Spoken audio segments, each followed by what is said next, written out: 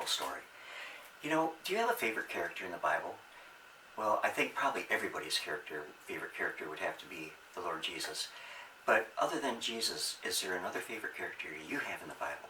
Well, my favorite character is someone named Joseph. And he's from the Old Testament times, but he had an incredible life and so many amazing adventures. And I want to tell you today and for the next few weeks a little bit about Joseph. So the story that I'm going to tell you today is Joseph the Dreamer. How many of you children have ever played house in a tent? Do you know that a long time ago, nearly everybody lived in tents? In those days, the people moved so often it seemed foolish to build houses. Tents could be folded up easily and strapped on a camel or a donkey's back, and the people always pitched their tents close to a sparkling stream of water in the middle of the fields where there grew plenty of long green grass.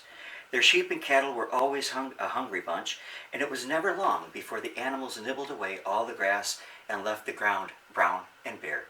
Sometimes the sun was so hot that the wells and springs of water dried up, and when all the grass and water had disappeared, then the people knew it was time to move on. And away they went. Long lines of camels went first. Boys with heavy sticks followed, driving the camels and donkeys along. And old people hobbled along, trying to keep up with the shouting men and boys. Sleepy babies on donkeys' backs were bounced as they were hurried along. Sounds like a lot of commotion. Mothers kept calling to their children not to lag behind, and a happy dancing lot of little folks kicked up the dust with their bare heels as they hurried after their mothers. On and on they went. They never stopped until they found fresh fields of grass and wells filled with fresh spring water. One of the men who lived in a tent in those days, long ago, was very rich, but he was very old also. The name of this man was Jacob, and you remember he had a large family. 12 sons he had, as well as a daughter. Just think of that, 13 kids, 13 brothers and sisters. Oh, oy vey, as they might have said. But a family as big as this would never be lonesome. Well, the 10 older sons were kept busy feeding their father's sheep and cattle, and they worked in the fields too. And Jacob had wheat, and his sons cut the ripe grain and bound it into bundles, which we would call bales. Jacob loved one of his boys better than he did any of the other children, and he loved his son Joseph so dearly that he gave the boy a wonderful coat, and it must have been soft and very, very comfy. It was so long that it came down to his heels, and most wonderful of all, the sleeves are so long they almost covered Joseph's hands. Not one of Joseph's brothers had a coat like this, and when they slept out in the field, his 10 elder brothers had nothing to wear but coarse, hairy goat skins. When they were at home in their tents, they had nothing to put on but long, loose cotton shirts, which they slipped on over their heads. It made all of them seem very angry to see their younger brother Joseph walking about in such a handsome coat when they had none.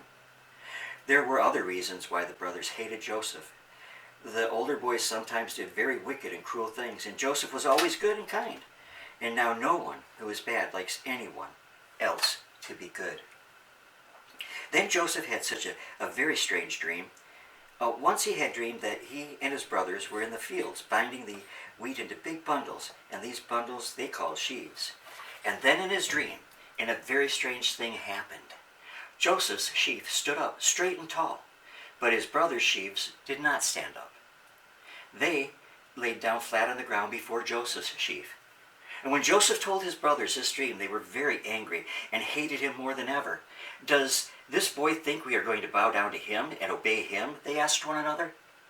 And in another dream, Joseph thought the sun and the moon and 11 of the stars left in the blue sky, and they came down and they laid where Joseph slept. And the sun and moon and the 11 stars kept bowing and bowing to him, as though he was a great man. And Joseph said the sun and the moon in his dream were like his father and his mother, and the 11 twinkling stars all had faces like his brothers. Jacob, his father, and the brothers wondered how a poor shepherd boy like Joseph would ever become a great man. Shall Joseph be like a king someday and rule over us? The brothers asked one another. Not if we can help it, they all answered. But the wicked brothers were mistaken. Joseph's dream did come true. And what do you think? It was his brothers who helped it to come true. Next time we get together, I'm going to read you a story called Joseph Sold into Slavery. I hope you've liked the story, and I hope you'll come back and hear some more stories with me from the Bible. I love all of you. God bless you. Stay safe and stay well. See you soon.